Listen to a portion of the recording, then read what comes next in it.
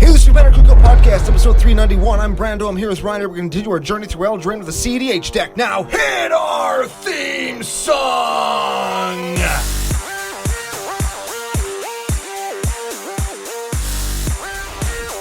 Hey, Ryan. We're back for yet another whirlwind adventure. How you doing?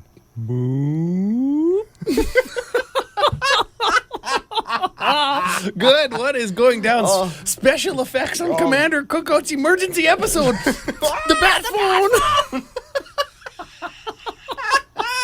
Oh, shit. You would have seen that if he was watching on YouTube. Which you should be, because we're going to extra length. We got lighting effects, we got bat phones. Me and Ryan are sitting on different sides today. Oh, man. Everything is topsy-turvy. And we're going to explain why that's happening. But before we get to any of that, we have to thank our official business daddies, FusionGamingOnline.com, your source for all your gaming needs. Oh, very much so. Sorry, Joe, I got to readjust the camera. Is that better? Not really, but whatever. We're fine. here. The studio we're in is a little bit smaller. Quite. It's the home of the rock station here at the radio station, my natural environment. And it's because our mics are all pooched in the regular CCO studio again. You know what? I think I like being in here, though. We got the bat phone. We got contest bell. We've got how many times am I going to bang my knee under the desk, and how many times am I going to reach for this mouse to work my laptop because there's a computer directly behind my computer. And the only reason, this is the best part, and the young members of the nation not even going to know what this is. Okay. The screen behind my computer, I think I mention this every time we're in this studio, is propped up higher than my laptop screen because it's on a phone book.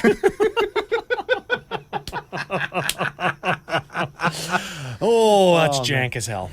It's just the yellow pages, though. Remember the yellow pages? Remember that? It is just the yellow the white pages. pages was like this. It was like a school notebook. It was so small. Yeah. Okay, cool, man. Yeah, so we're in here. We're in the Rock Studio. Yep. Remember, if you want to go to FusionGamingOnline.com, make your special promo code CCO Summer, save 5% off all of your Wilds of Eldraine or any of the other stuff you're going to use. I used it last night. Oh, yeah. In order to fill in the gaps of the stuff I did not open for myself from the set. I actually opened everything that I wanted except for one card. I did not get an Asinine Antics. Oh. So I had to order one. And then I got some basics to fill out a deck that I'm switching the basics over. And overall, this set was good to me. Neat. Which is weird because I'm used to getting totally blown out. Even got me a confetti foil. Oh, yeah? Confetti foil anime aggravated assault, baby. Ooh, that's a spendy one. Good thing you didn't get the spendy anime foil confetti weeb smothering tide. Oh, man, you would have been rich. Oh, man, I could have retired. Yeah. You'd never see me again. $700 for that thing as of recording today. That's frickin' lots. What is going on? Wow, weeb taxing. Weebs, man. Yeah. Holy weebs. Well, it's fine. Knock it off. It's fine. Hey, you know what? I did get a Rumpelstiltskin one, though. Oh, Rumpelstilty? Yeah, I got two Smothering Tithes in my box, and there was a Rumpelstiltskin foil and a Rumpelstiltskin not foil. Wow. Yeah, so there's going to be lots of regular old lame Smothering Tithes going into the store. I love getting my stilts rumpled. Me too. I'm going to get my stilts rumpled tonight at Joel's wedding. Yeah, we are. $5 drinks, though, yeah, man. You know what? We'll use CCO Summer promo code. We'll save 5%. Oh, yeah. How much is that? 2.5 cents. Is that 2.5 cents? I don't know. I don't know. But big thank you to Fusion. We would be remiss to mention CCO Perks promo code for the new members of the nation who want to get store credit kickback onto their Fusion account when you spend $100 or more. But then you can use CCO Summer next time and then buy more stuff, and you use the same amount of money to buy more stuff, which is, of course, economic. Yeah, and if you're here from the land of the free or outside of Canada, all of their prices in Canadian, so when you convert that to American, it's like $4. Yes. Like, you spend $4. Yeah. You spend 88 cents, and you'll get a bunch of stuff, which is great. So we're going to be talking about, look, I reached for the mouse already. Yeah, that's one. I did it already. We're going to be talking about Talion, the Kindly Lord, today. We made a little bit of a joke on the Commander Cookout Legendary Wilds of Eldraine review. Yes. About cloning Talion. And 9 times. And not locking your opponents out, but I guess making it so whatever they do, they drain and we draw cards. Yes. So that's what we're going to be doing today. Real quick, though, we would be remiss if we didn't mention the CCO experience in Las Vegas, Nevada. Coming up in a few weeks. Oh, I'm so excited. I am also very excited. I'm so excited for that. We've got, I think, all the stuff. The new, some new stuff that I ordered for it came in. I bought a new bathing suit. Oh, yeah? Mm-hmm. Oh. Gross.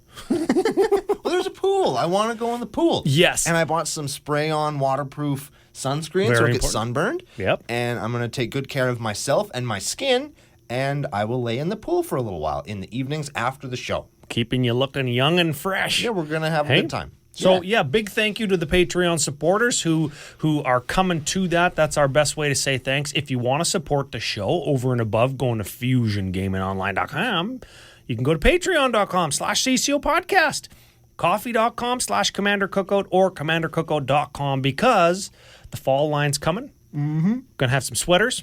Yep. Gonna have some toques. Yep. Snow hats, beanies, whatever. Sure. Again, got to talk to the people from the land of the free. They don't know what toques are. Do they have the pom-poms?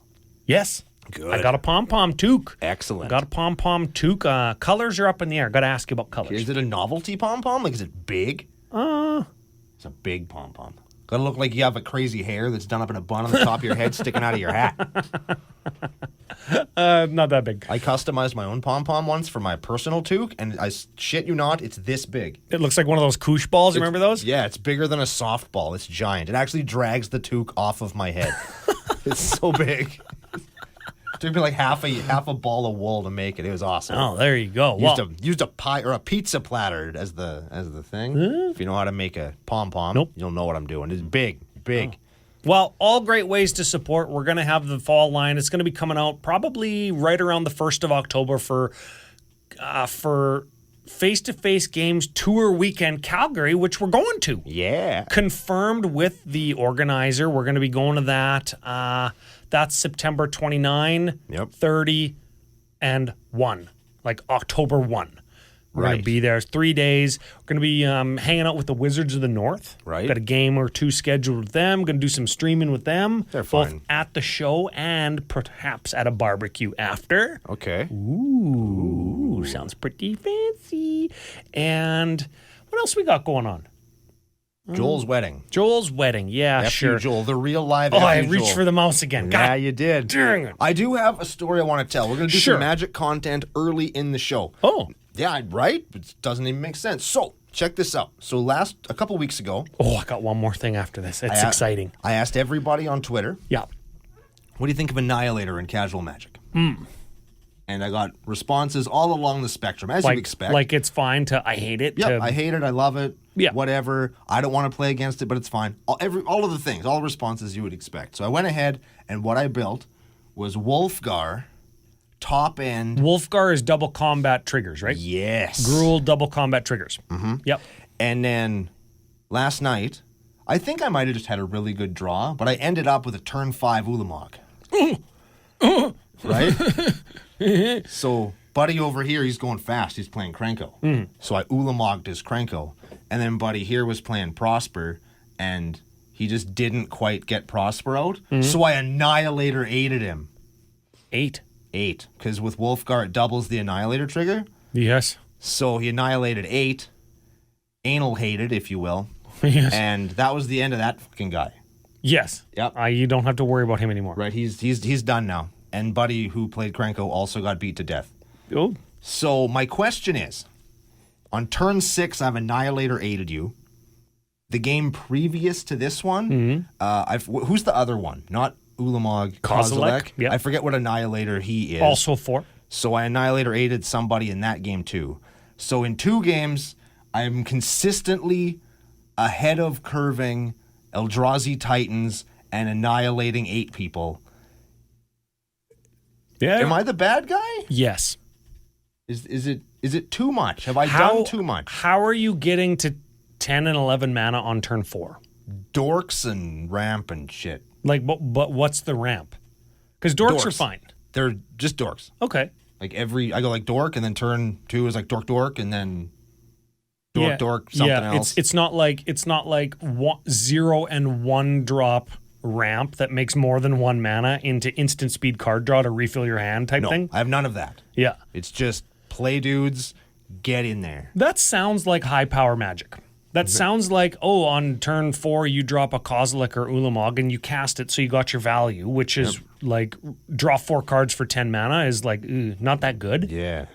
And then I go, okay, untap, play a 2-drop mana rock or do whatever on my turn 4 and hold up 2 for a terminate. Yeah. Right? Like you should be able to do that in higher powered games. If it's the Prosper deck with the dude I'm thinking of, and it's the Kranko deck that I saw get played when I was hanging around with Aiden, right? And you're talking about Eldrazi on turn 4, I think that all plays, I think. Yeah.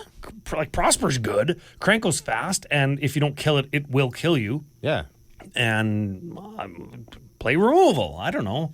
I hate the argument play removal or the opposite of that. It dies to removal. It's not good. Yeah, right. That's every creature except Ulamog. That doesn't make for good content, but I think all that plays. Yeah, you think that? Okay, let us know in the comments. I'm genuinely curious. Yeah. Hearing that story, and again, it's 2 games, and they could be aberrations. I don't know. I am going to bring this deck to Vegas to try it out, though. Also, so the 2 players that you're talking about are experienced Magic players, and the Prosper player has maybe 2 decks, and both of them are nice cEDH decks. Yes. And he plays them in and alongside anywhere between like upgraded precon all the way to cEDH is where that deck exists, and usually he combos. And this is not to paint him in a bad light. I'm just saying I'm trying to not paint you in a bad light and give a more well-rounded version of the story. Yeah, I'm not trying to pub stomp anybody. No. And these guys do their thing. And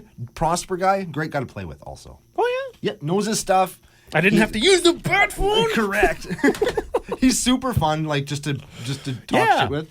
Great dude. I had great games, and both like. They seemed fine. So Too bad he didn't. It's like, well, guys, we got 45 minutes left. Let's see if we can get a quick game in. 10 minutes later, hey, I'm off to the bar.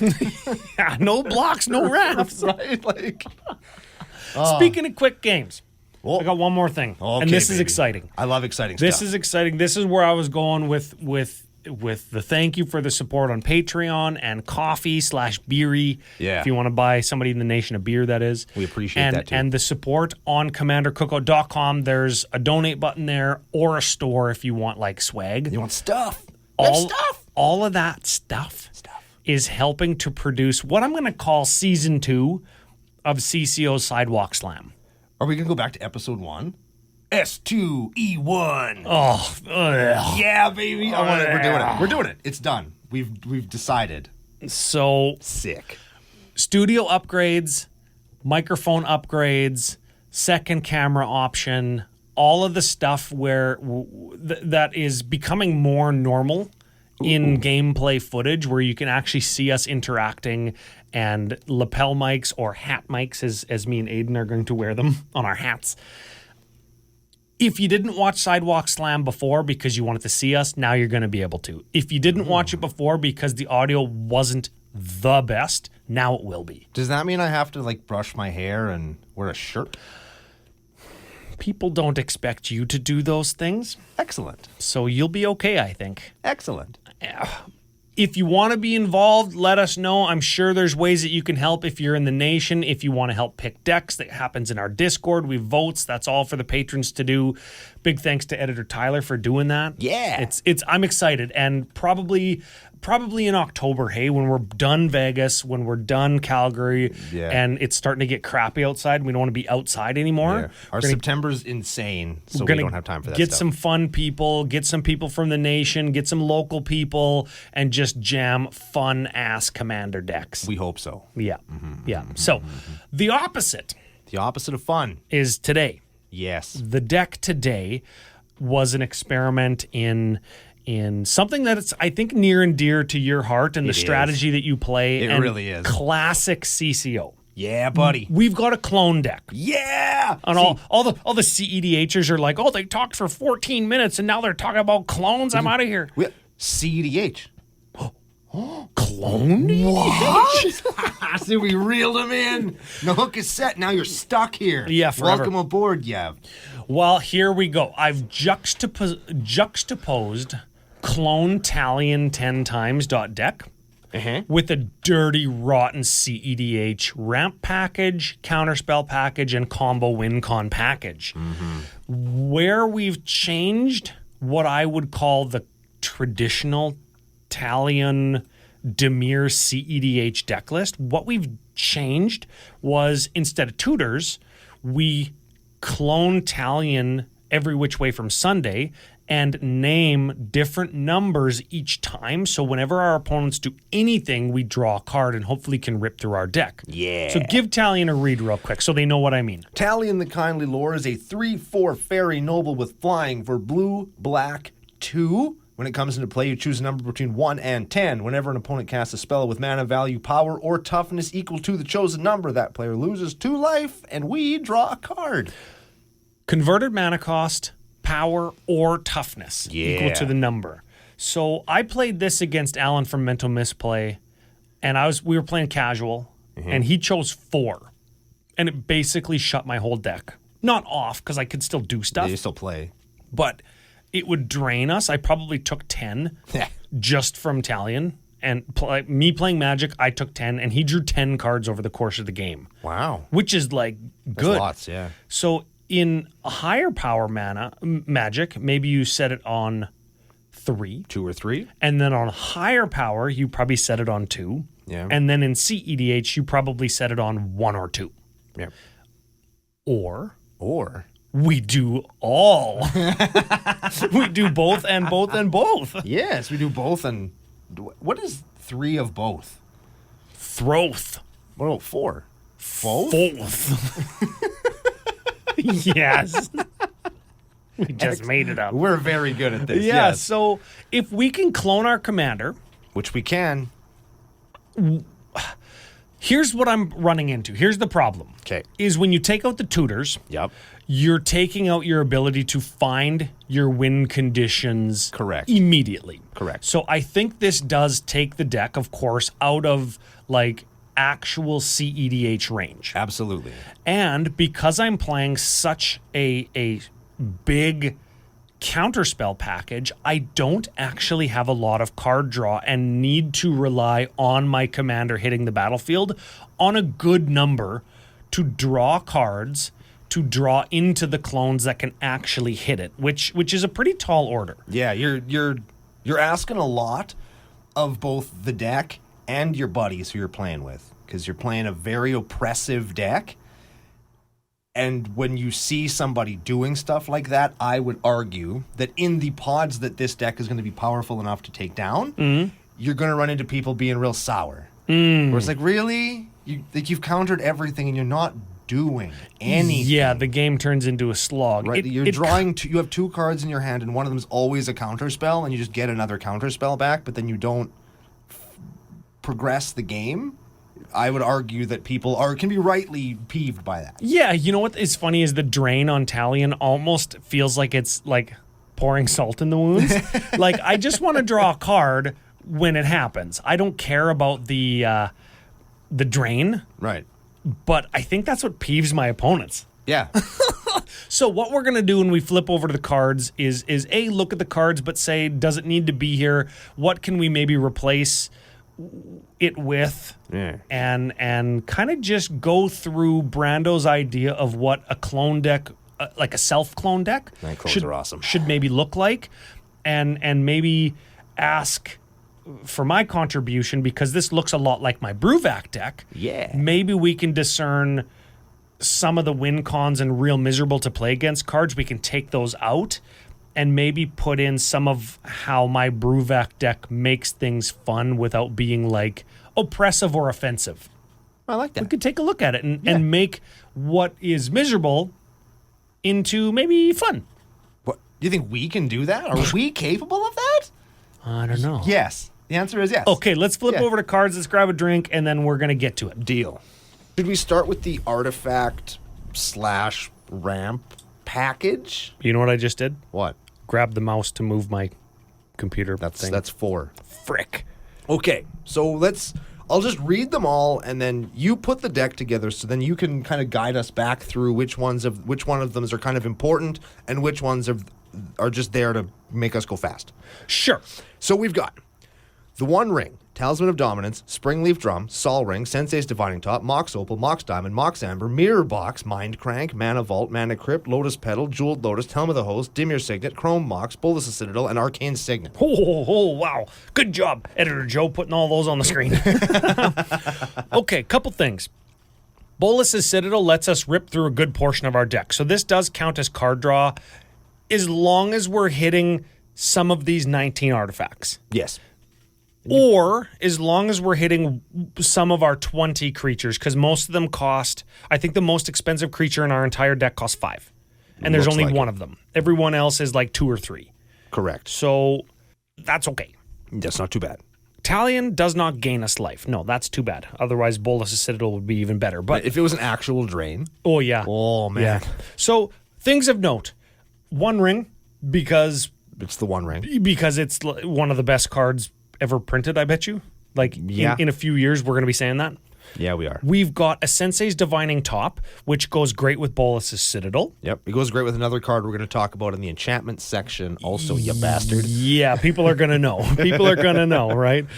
And then we've got a suite of 0 and 1 and 2 drop Moxes and cEDH mana rocks to go fast. If we can power Talion out on turn 1 or 2, on 1 or 2, and then draw into a clone and put it on the next one higher, like Talion on 1 on turn 1 or 2. Oh, that'd be neat, hey? And then Talion on 2 on turn 2 or 3. Talion on 4 on turn 3 or 4. What if you have 2 Talions on the same number? I guess you draw 2 cards and they lose 4 life, hey? Oh, I didn't even frickin' think of that. That's come good on. too. Okay, let's read it. Whenever an opponent casts a spell with a mana value, power, or toughness equal to, if you have 2 on the same number. Ooh. Does it copy the number? No, because it's when it comes into play, you would pick a new one. As it enters the battlefield. Yeah. But it enters the battlefield as a copy of it. Of it. No, because it would still have that ability. It would just have like a number on it. Okay, that's where I'm going. But Yeah. you know what? Having 2 Talions on 2 is also good, and I didn't even think of that. Not bad. Not bad. We also have a Helm of the Host. We're talking about clones. Yes, yeah. Don't tell me that's not a cEDH card because go to exist. There we go. So that's an equipment. Everybody knows that one. It comes in for 4. It equips for 5. At the beginning of combat on your turn, you make a non-legendary copy of whatever it's attached to. So every combat, we're going to get another dude on another number. It's going to be dope. Yes, and we keep that one, right? We don't have to sack it at end of turn or combat or whatever. That's right. And what's good about that one is we can clone that one. Because that one isn't legendary at the best of times, so you just clone that one instead. Yes, it was the best of times. It was the clone. The clonest of times? Of times, yes. Tonight is the clone of our discontent. Yes. So that's kind of... Oh, and there's a Mind Crank also. We should make note of that one. Again, this was kind of a stock piece, I think, in Dimir decks that are looking to get damage in early and sort of combo. But also, I don't know. I feel like this, as you go lower and lower down the power level or farther and farther away from cEDH, this card becomes more and more of a lightning rod. Yes. So you do have to be a little bit careful with it. What it says is whenever an opponent loses life, they mill that many cards. Yeah. So whenever they play the thing that matches the thing, they lose the 2 things, mill the 2 things into their thing. yes, and it's only opponent. Yeah, buddy. This could, I mean... This card would be much better if it also targeted us. Yeah. Hatred. 39. Yeah. Win. Yeah. You know what's funny too is you could do, instead of like the WinCon package that's in here, I would like to do a mill package, which I think would be cool. Mindcrank services that, and so could like Painter's Grindstone. I know that that's not a WinCon because it only kills one person. But it kills them so good. Yeah. What a classic. It's so good. What a classic. Anyways. Land Sol Ring, Mana Crypt, Mana Vault, Grindstone, Painter's Servant on black. Activate Grindstone, you die. That's magical Christmas land, Ooh, baby. that's pretty cool, yeah. Let's move over to, let's go to the sorceries because we're not... There's only 5 of them. Yeah, and then we'll do enchantments. We got a Toxie D. That's a 3-drop sweeper, which gets Creech, Reanimate. gets things back, hey? What are we going to get back with that? I don't know. Talion, probably. Talion, because Talion costs a bunch of mana, and if you could get them back for 1 instead of 6, that's pretty good. I mean, it's pretty good. Quasi-duplicate. Ooh, this is a 3-mana clone that gets only a creature we control, but it's got Jumpstart. So if it's in your graveyard, you can discard a land and cast it from your graveyard. Or discard a card.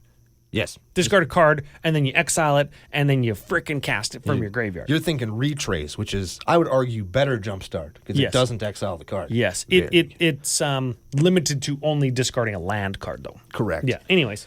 Here's a card I really like, and we're going to lean on this when we make the deck a little more fun in Mnemonic Betrayal. Okay. Exile all cards from opponents' graveyards. That's pretty good with our little bit of mill package. They can't service their own strategy from their graveyard with their own reanimates and stuff. But just wait, there's more. You may cast those cards this turn. You may spend mana as though it were mana of any color to cast those cards. And at the beginning of the next end step, if those cards remain exiled, they go back into their owner's graveyard and you exile Mnemonic Betrayal. It's kind of like Yawgmoth's Will for your opponent's graveyards. Right? Yeah. And it shuts off them doing stuff like, Snapcaster my thing back. Well, no, it's all exiled, right? Yeah. You got to Snapcaster it when Mnemonic Betrayal is like on the stack or whatever. And it's got a cool picture with like a skull with a knife through it, having a ghost fly out of each of its eyeballs. Yeah. Yeah, that is a cool thing. Irenicus's Vile Duplication. I like this card. As you should. Hard to find foil. I play this in several decks, too. It's a sorcery. You put a copy of target creature you control onto the battlefield, except the token has flying and is not legendary. Neat. Yeah, and that's for 4 mana. So this is like Talion number 2 or 3 or 4 or whatever. See, I play this in only one deck because I could only find one foil one. I have one foil one? Or 2. Yeah. I don't know. But I play this card, and it's good. It is very good. Because this is the one you clone, by the way, because it's non-legendary. You got to remember that. Enchantments. Enchanties. We got a Rhystic Study. Of course we do. That's one of the best card draws in cEDH. The price has not come down yet. I'm very surprised. Even the Mystical Archive Tales ones, still expensive. You know what? It's the kind of card, though, that we keep just only ever getting special edition prints for. Yeah. Like, put it in a pre-con and then put it, like, in an uncommon slot.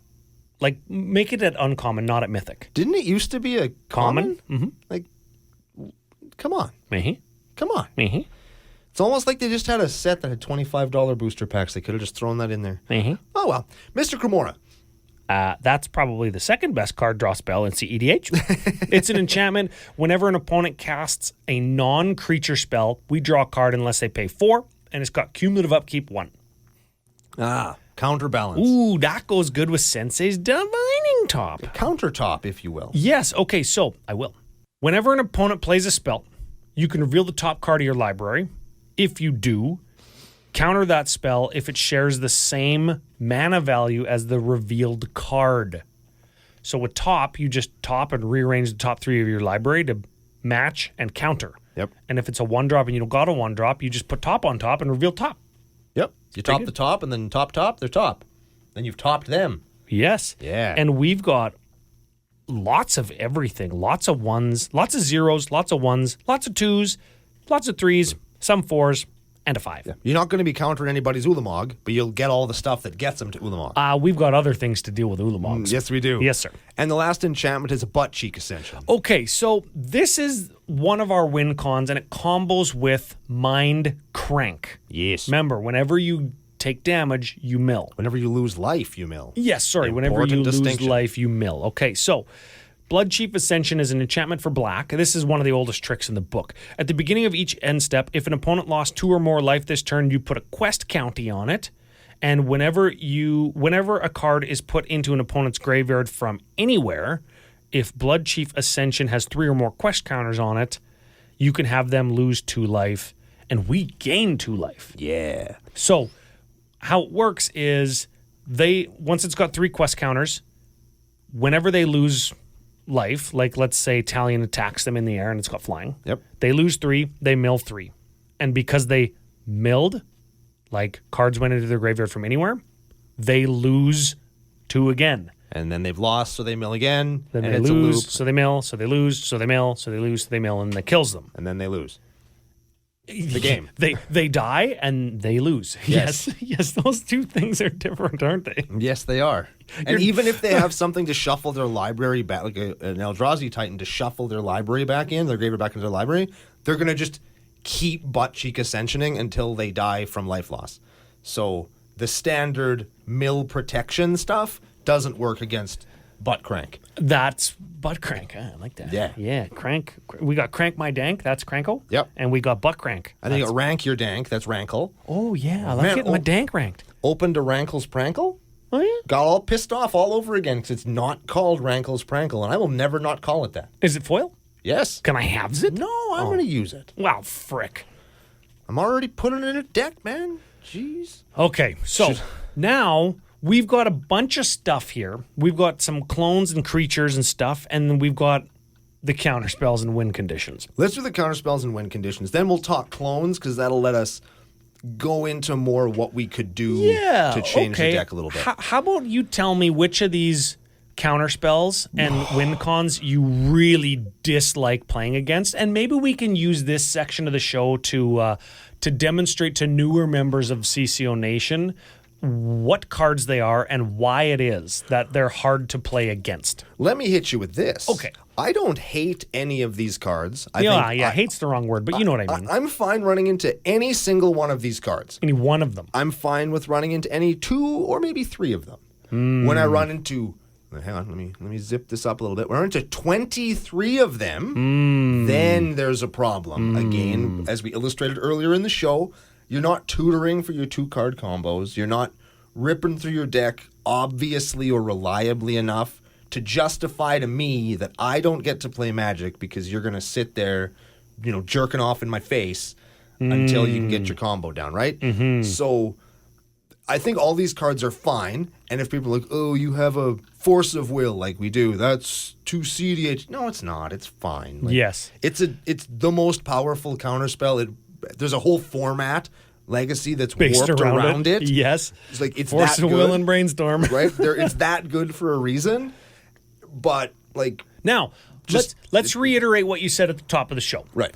What we took out of our classic Dimir cEDH deck that wins with Butt Crank and Thassa's Oracle, cat's out of the bag, what we took out of that deck was tutors. Yes. And into the deck, we put 12 or 13 clones. Yeah. Because we could have ran that many tutors in Sure blue coulda. and black to find our creatures and our demonic consultations or tainted packs or whatever. Oh, yeah.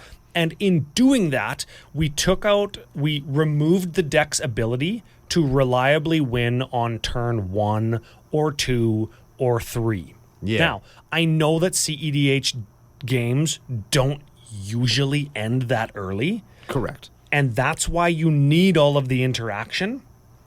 But in this deck, what we're left with is the interaction without the ability to reliably win that early against other cEDH decks. Therefore, we can't play it against other cEDH decks, so we're into the realm of high-powered casual, which then I'm just countering all of the stuff that you play high-power casual for, so I don't immediately die. Correct. That's the problem. Yes. So if we remove some of the counter spells and add more clones, probably we make the deck less powerful. Yes. But also we move it away from cEDH enough that we can play it and not cause any hard feelings. This is really advanced, Commander Rule Zero, really mature gameplay stuff that we're talking about, right? I'm here to tell you, Ryan. Okay, tell I me. recently built a Grixis deck. Oh, Yeah, Grixie. And I had such a hard time not just kind of turning it into a particular Dimir deck with just those lose the game at the end of turn red spells. Yes. Because it's Obeka. Of course it's Obeka. I love Obeka. Yeah. And the deck that I wanted to build, which we're going to talk about here in a second, do you know how many cards Dimir or blue-black has that say you get to play your opponent's shit? You can clone their creatures and their shit Mnemonic Betrayal, exile their graveyards, play all their shit. Do you think that people like those cards more? Sorry. Do you think that people are more okay or less okay with that stuff rather than Force of Will and Fierce Guardianship? Let me hit you with this. Sure. There is no argument that can be made when you're going to play their stuff that you are doing something that's too good.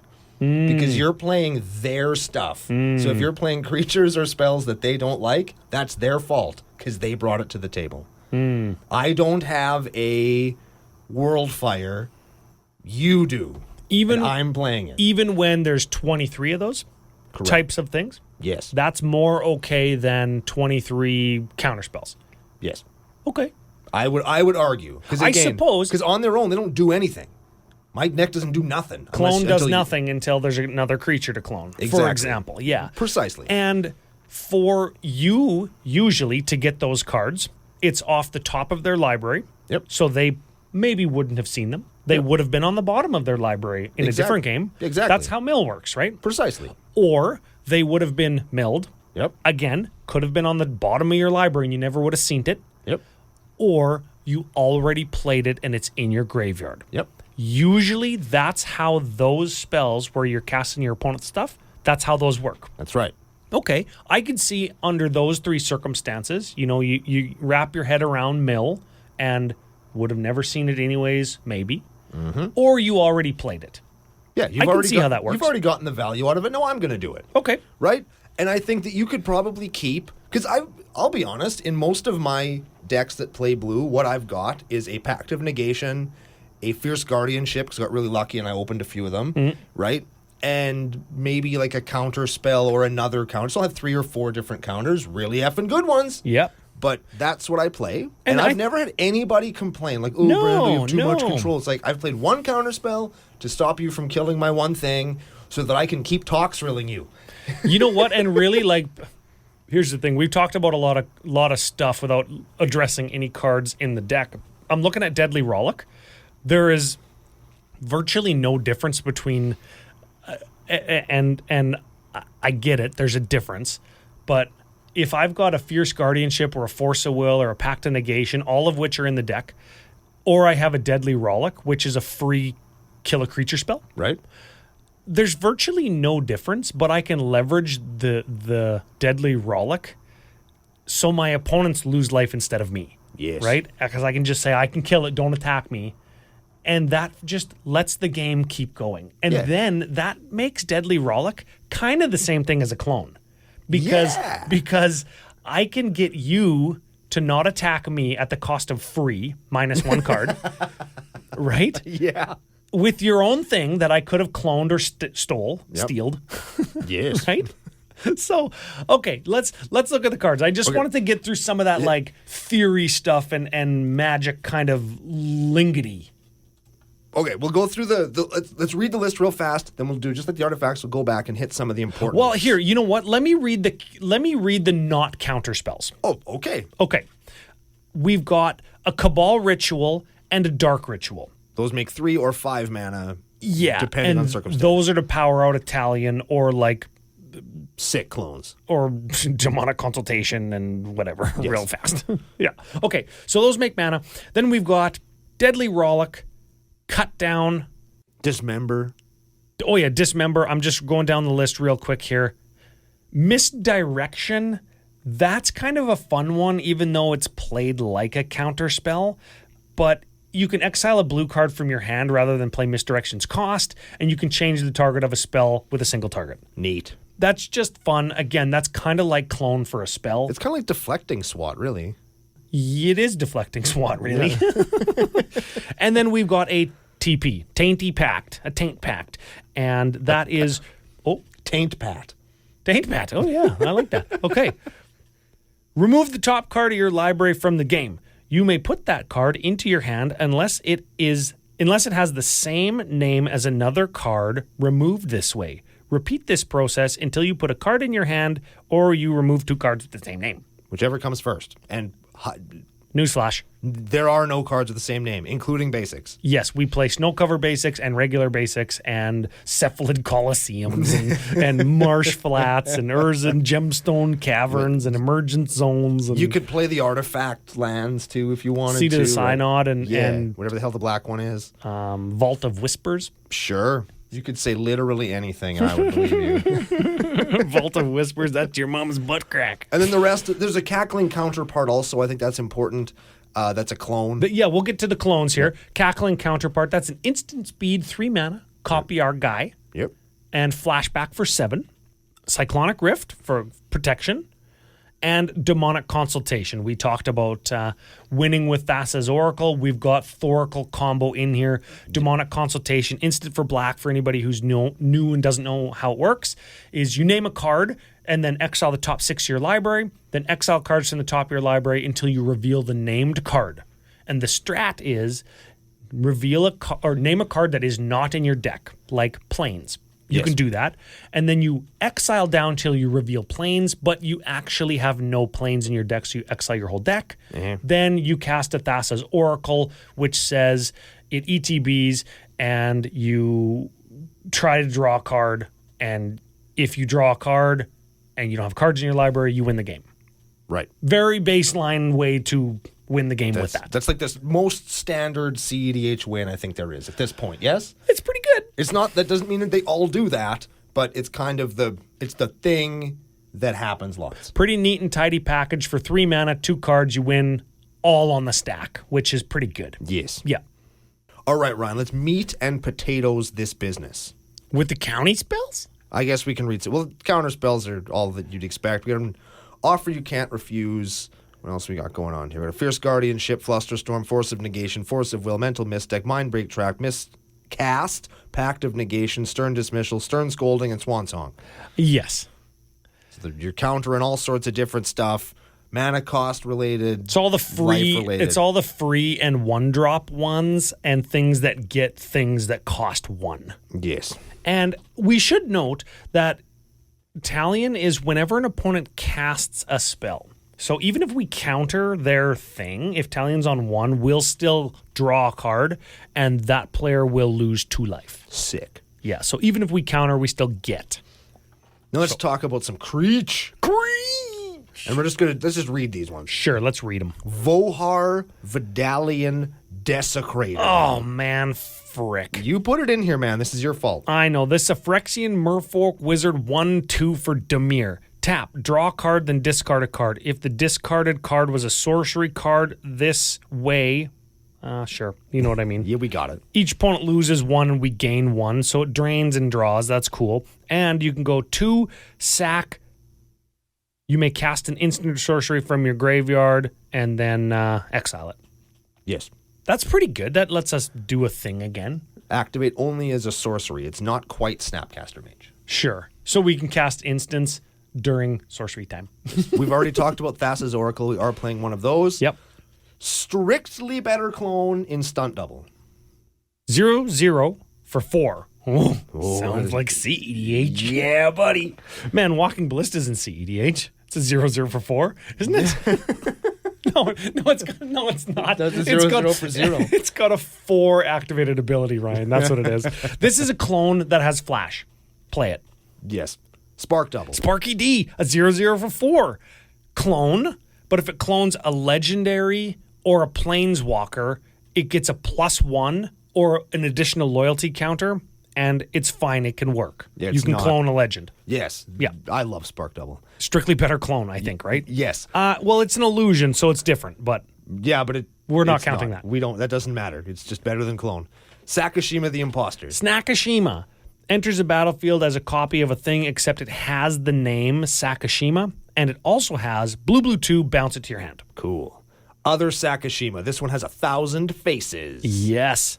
This one says the legend rule doesn't apply to permanents you control, and it enters the battlefield as whatever you want it to. Which is cool. So all of those, like Sakashima, Spark Double, and the other Sakashima, all ways to clone your own Talion. Yes. These are the most important ones, along with Arenicus's Vile Duplication. Sakashima can do some interesting stuff also in that you can copy something else that's legendary. I don't know if we have anything else in the deck that The One Ring. you want. Yeah, but you could have an extra One Ring. Ooh, that's pretty good. If you sack Ashima on Talrand, and then you could Clever Impersonator your One Ring, and now you have 2 One Rings. Talion, not Talrand. That also. Also that. 2 One Rings, baby. Phyrexian Metamorph, speaking of cloning the One Ring. That copies a creature or artifact, and it's like a 3-drop because it's got a Phyrexian mana symbol. Phantasmal Image. 2-drop clone, but if it gets targeted, it dies. Hold on. What's interesting is with clones, you don't usually target. Correct. It enters the battlefield as a copy of a creature, right? There are very few clones that actually target. And lots of people get tripped up on that. No, my God, has hexproof. Doesn't matter. Doesn't matter. Yeah, I'm thinking of Cackling Counterpart. Targets. Veridicus's Vile Duplication also targets. Yes, but Stunt Double says any creature on the battlefield. Yes. No instance of the word target there. Correct. Orcish Bowmasters. Orky B. Here's a cEDH card. This is a 1/1 flasher for 2. First time we've played Orky B. It is. Yeah, cool. Okay. When Orky B enters the battlefield, and whenever an opponent draws a card, except for the first one they draw their draw steps, Orky B deals 1 damage to any target, then amass Orcs 1. Dang. So whenever they draw their second card... Or if they draw on your turn or somebody else's turn. Very important, yes. Yeah, end of turn brainstorm, take 3. Yeah. And I'll amass 3. Well done. Yeah, very good card. Opposition Agent. Ooh, we took all our tutors out, so nobody's going to opposition agent us. This is a 3/2 for 3 flasher. You control your opponents while they search. Ooh. Yeah. Also, while an opponent is searching their library, they exile each card they find. Ooh, then we can play them. See, we're talking, let's play our opponent's decks. Opposition Agent. This one would fit into that line if that's what you're into, yes. Nimrus Una's Trickster. Ooh, okay. This is our only 5-drop. Black, blue, 3, 1/6. What? Yeah, there we go. There's a big butt. It's a flash flyer. Flashes her butt. And, ooh. She's so small. How is she a 1/6? Look at her butt. But that's not her butt. That's a bug. She's riding on a bug. She's very small. Oh. Well, whenever you cast your first spell during each opponent's turn, look at the top 2 cards of your library, put one of them into your hand and the other into your G. So put both of them into your hand. One into this hand and one into that hand. One into this hand and one into your butt hand. Yeah. Yeah. Here's another card that fits right into what I'm talking about before, where we're playing our opponent's decks. Notion Thief. Oh, yeah. This is a 3/1 for 4 human rogue flasher. If an opponent would draw a card except for the first one they draw on each of their draw steps, instead, they skip that draw and we draw. Have you ever gotten somebody's brainstorm with this? Ooh, no, but I want to. She's like, oh, brainstorm. Hang on, sir. I will flash in my Notion Thief and I will draw 3. Now, please put 2 cards from your hand on top of your library. Oh. Fantastic. Oh, they just blow away in the wind. Yes. Like dust. Yes, sir. Mercurial Spell Dancer. Okay. 2/1 for 2. Phyrexian Rogue. Can't be blocked. Okay. Okay, that doesn't make it that good. Whenever you cast a non-creature spell, you put an oil counter on it. Icky. Yeah. Whenever Mercurial Spell Dancer deals combat damage to a player, you may remove 2 oil counters from it. If you do, when you cast your next instant or sorcery spell this turn, you copy it. So are we copying our death spells? I suppose you could copy your... Like, what are we copying here? You copy a win con, like a demonic consultation, because it fights through counterspells better? I guess? Fights... You could do Deadly Rollick. You could make 5 mana instead of 2 mana off of Dark Ritual, if you need to do that. I'm not sure. We're going to cut this for that the Jameer card that exiles a card from our opponent's graveyards and then can turn itself into that. That's what we're going to do. I forget what that one's called. We're going to cut it for that. Sure. Liberator. Urza's Battle Thopter. Oh, yeah. Remember how much fun we laughed at this guy at? Yes. Oh, man. His stupid face and his tiny wings. What a meme. He's a 1/2 flasher, and you can cast colorless spells and artifact spells as though they had flash. Whenever you cast a spell, if the amount of mana spent to cast it was greater than this guy's power, you put a +1 on him. That's pretty That's cool. never going to happen. I kind of like that, actually. That's But kinda we can cool. cast all of our artifacts and stuff that we draw because Talion, on our opponent's turn when they cast 1s and 2s and 3s and 4s, we're going to draw into our mana rocks and play them on your turn. Yeah. That's pretty good.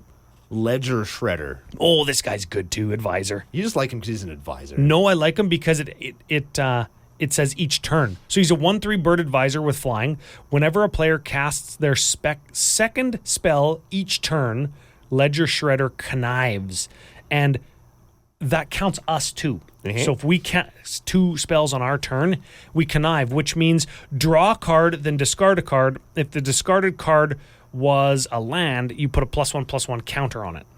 Yeah. Of note, I've run into this. If the discarded card was a Non-land. non-land. Sorry, I said the wrong thing. I've bumped into this a couple of times. If you play Ledger Shredder, then another spell, you connive at that point. Yes. If you go spell, Ledger Shredder, and then play another thing, that's not like the second spell since you cast Ledger Shredder. No, second spellness is tied to the second spell that you or anybody had cast on their turn. Important. Yes, That is very. important to keep in mind. But we could go Ledger Shredder and have like a Jeweled Lotus in our hand and then draw a card. We could. It's pretty good. I'm so excited to say the name of this card. Ass Pool Mimic.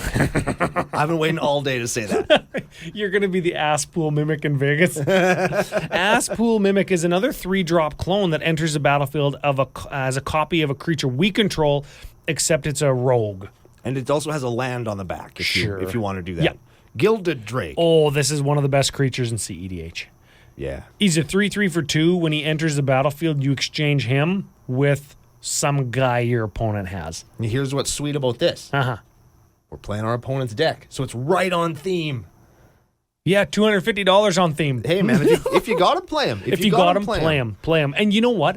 I don't think, like, when we cast a Notion Thief or when we cast a Force of Will or a Counterbalance, those cards have a stigma, and particularly a cEDH stigma. Yeah, we're on Archidect right now, and the salt score for this deck is extremely high. Yes, because of all the counter spells. Yes. Now, if I drop a $250 Gilded Drake in casual Magic, it definitely does not have that cEDH stigma, because what am I switching there a 3/3 flyer with? Yeah. Probably like a 6/6 Flying Dragon, Yeah. right? And then like You're getting a big dummy that somebody played. You're like, oh, well, no, I don't have my dummy. Well, instead of stealing a Thrasios or their WinCon or something that shuts their deck off, I'm stealing just a big dumb idiot. And, and it just becomes a cool steal switchy card. shouldn't have played Ulamog, idiot. Shouldn't have put it in your deck. Can I say a thing about this next card? Yes. I really don't like it when they put real people's faces on Magic cards. Oh, yeah. I didn't like it when they did it with the guy that draws you a card. I didn't like it when they did it with Solemn Simulacrum. I didn't like it when they did it with that fairy thing. And I don't like it when they did it with Fairy Mastermind. Fairy Mastermind. Fairy Rogue. Hey, we're getting this little bit of a rogue sub-theme here, hey? A little bit. So this is a 2/1 for 2. Flash flyer. Whenever an opponent draws their second card each turn, we draw a card, and it goes blue 3. Each player draws a card. You flash it in when somebody's gonna like draw cards, and we draw cards. I'm happy that Yuta Takahashi got his face on a card, but I wish they'd stop doing that. Yeah, sure. Dauthi Voidwalker. Oh, this guy's good. Yes, it is. Black, shadow, 3/2. If a card we put into an opponent's graveyard from anywhere, they exile it instead. That's not so good with Butt Crank. Makes that shut off. Yeah, but you're playing Dauthi Voidwalker, and you have a way of getting rid of it yourself. Yes, sir. And then you go tap, sack, Voidwalker, choose an exiled card, and we can cast it. For free. That's for free. Okay, let's just keep going back to the well. Nice Ulamog, you idiot. Right?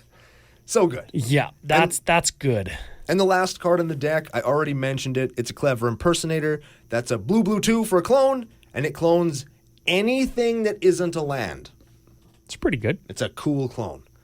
I like that one. There was a time when that was several dollars. Now it is less dollars. Now it's only a couple. Because it got some decent reprints that are readily available. There you go. Every so often they can get something right when they try. Yes, sir. So this is what I think. I think if you got them, you play them. That's a mantra that we say on Commander Cookout often. Absolutely. That goes for like dual lands or fetch lands, or even the 1 or 2 Force of Wills and Fierce Guardianships. If you got them, play them. Yeah.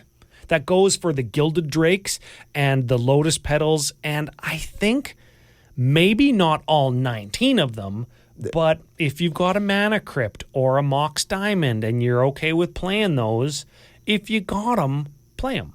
Yeah. Where you run into trouble is when you do all 19 of your 0 and 1 and 2 drop mana rocks in the same deck to power out 5-6 mana on turn 2 to try and win the game with 23 free mana counterspell backup. Yes. So, what do we do? Walking into the studio today, I wasn't sure where we were going. We're just going to talk about the deck, or we're going to change it into something else. And then I realized we're changing it into something else, so I don't have all the card names in my brain. Sure. But if you go into just a Dimir list, or, as I did, just into like your binder and just look at some Dimir cards, specifically from Lorwyn's Shadowmoor block, which is kind of neat, and from our current Wilds of Eldraine set, there's lots and lots of stuff that lets us play our opponent's shit. Okay? Like Memory Plunder and Evil Twin is like a clone of your opponent's stuff. Evil Twin, Hostage Taker, that Dimir one that I talked about earlier. All of those are clones that clones your opponent's stuff, and you can do all kinds of neat stuff with that. Then suit them up with a Helm of the Host and beat them to death with their own Atali. Mm-hmm. Right? There's Treacherous Urge that lets you take one of the creatures out of their hand and put it into play. Yes. And then it goes into their bin where you can body double it out of their graveyard and get them with it again. Yes. That'd be really cool. So we're potentially losing things like the Flusterstorm, Mental Misstep, Miscast, Stern Dismissal, Stern Scalding. We're losing the 1-drop counterspells that only get 1 drops or just an instant or sorcery. Yep. Less important as we move farther away from cEDH. And we're adding clones that give us the ability to continue with the Talion cloning if that's what we want. Mm-hmm. And then we maybe choose 4 and 5 and maybe 6 if somebody's got a 6-drop commander. But we also gain the ability to get their stuff. Let's pretend for a moment that we want to keep our obscene mana package. And we want to keep it sort of fair and a little funny. What you have to do is hit them with the Uncle Brando's super special Mill Emporium? I don't do those as good as you do. What was the card that I played a couple weeks ago? The one that's power and toughness are equal to the number of cards in all our opponents' Consuming Aberration. So we slam a Consuming Aberration in here because we got a bunch of clones. Yep. We clone that son of a bitch a bunch of times. Yes. Then start dropping 0-drop mana rocks, baby. And every time you play a Box Lotus or a frickin' Jeweled Lotus or a Lotus Petal or a Diamond Mana Crypt, Diamond Butt Plug Petal, grind to 7 lands and you just mill them out. To top it off, you boots one of them and then just to kill somebody with combat damage too. Because why not? And you use your commander just as a kind of incidental card draw engine from the zone. Exactly. You're playing, and you can still clone it and do the let's copy our commander 10 times. And then now you've got like your 10 guys. You're going to draw lots of cards to try and to go into your Mind Crank combo. I play that in Casual Commander. I have no problem admitting that. I think that it's a perfectly fair thing. It requires a round of the table to go off. Most tables will be able to kill an artifact or an enchantment. And they come down early. You'll be able to see it. It's telegraphed. You kill it. You stop yourself from taking damage or losing life. Right? It's easy to shut down. Thassa's Oracle combo is a little bit harder, but I mean, if you have no tutors and just a bunch of card draw, I think that it's serviceable if you tell your opponent it's there. I think that that's fine. Like anything, and we go back to it a lot, comes down to good communication. And like we said at the top of the show, a very matured kind of approach to everybody having a good time and no hard feelings, because we're upfront with and not trying to withhold any information as a means to let that gain us an edge. Yeah. Let the cards that we do play and the way that we pilot them gain us the edge instead of trying to be secretive and hide stuff. It's fine to play Force of Will. It's fine to play Thassa's Oracle. And it's fine to play Bolas's Citadel countertop interactions. Those are all things that, when you don't have 20 of each of them and try and do it on turn one, that all can perfectly and serviceably belong in casual Magic, as long as we let people know, because they do have kind of a stigma or aura about them. Correct. And I think that lots of people will see an individual card, or they'll look at this list and they'll just, the creature suite won't even matter in their minds, and they'll see all the counter spells and all the free mana. Like, this is a cEDH list. This is too strong. And it's really not. Or the opposite, where they look at the creature suite and say, this is not a cEDH list. This is bad. Where I think maybe, at least in really high-powered meta, I think that this deck could hang because you could survive with it. Mm-hmm. And you could survive until something happens with Thassa's Oracle or Bolas's Citadel or Mind Butt Crank. Or a really lucky clone. Or a really lucky clone and you get somebody's Ulamog. Yeah, right. Or a Merit Lage, or you know what I mean? Clones can really come through for you if you let them. That's why I like them so much. You could be playing the guy that I was playing in Vegas one time who metalworkered on turn one with Lightning Greaves and then played turn one Kozilek, right?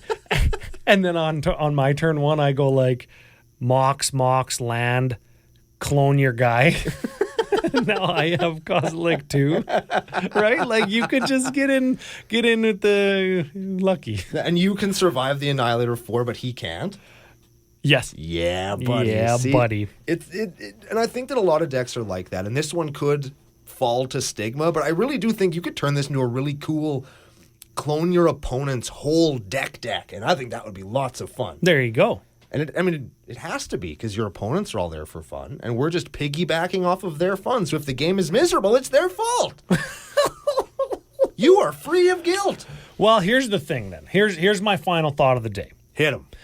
You've got your clone Animar list. Sure do. So you're probably not going to build this list. Love clones. All of my expensive mana rocks and free counter spells are tied up in Bruvac. And I needs them there because it's a mill deck. People hate getting milled. That's why I only play it against my friends, because I hate my friends.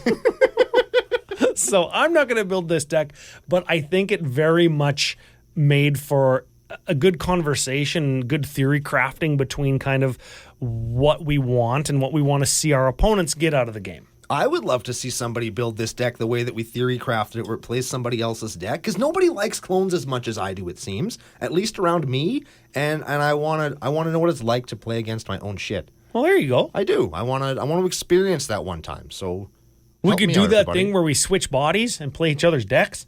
We could just do the thing where we switch and play each other's decks. Oh, we don't need to switch bodies? I guess not. I'd only want to switch bodies with a girl anyways. Do you really want to be like? Nope. Have you met no, man? No. I'm in so much pain all the time. No, I don't want this. Are you kidding me? And you'd be short? Right? Can you imagine being? Oh no! You'd want to switch with me when we go on an airplane. No. Because then you could sit in the chair and your knees wouldn't bang on stuff. Oh, and you have enough leg room where you can be comfortable. Oh man! See, you'd want to do it then, wouldn't you? Speaking of getting on an airplane, we will see everybody in Vegas. Yes, we will in a couple of weeks. People that we don't see in Vegas, come to Face-to-Face Tour Weekend Championship Calgary. Come and play Magic in Calgary. We're going to have the CCO booth. We're going to be setting up games. It's not too spiky. It's free to walk in the door, and I guarantee you come to the Commander Cookout booth and you want to play Commander, you'll have fun. 100% of the time. That's like the easiest thing about coming to that, is having fun when you come to our booth. Yes. Because we provide it to you. You come in and say, I would like to have fun. Here's a voucher. Boom. fun is had by you. Fun. Scavenger hunts, the CCO fall line coming up, new stickers, new tokens, Uncle Brando specials coming on right up. Yeah, buddy. Oh man, it's gonna be fun. It's gonna be awesome. Last final thought of the day, or you want to thank the business daddies? I'm going to thank Business Daddies, FusionGamingOnline.com. You can use special promo code CCO Summer to get 5% off your Wilds of Eldraine, all your high-end counterspells, all your janky clones, whatever they have, whatever you want, they're going to have it, and they're great guys. It helps support us, support them, and help your collection grow, which is very important. Build the deck. Let us know how it goes, regardless of what the power level is that you set it at, and we will see you next week on another very exciting episode of Commander Cookout Podcast. Hit our theme song!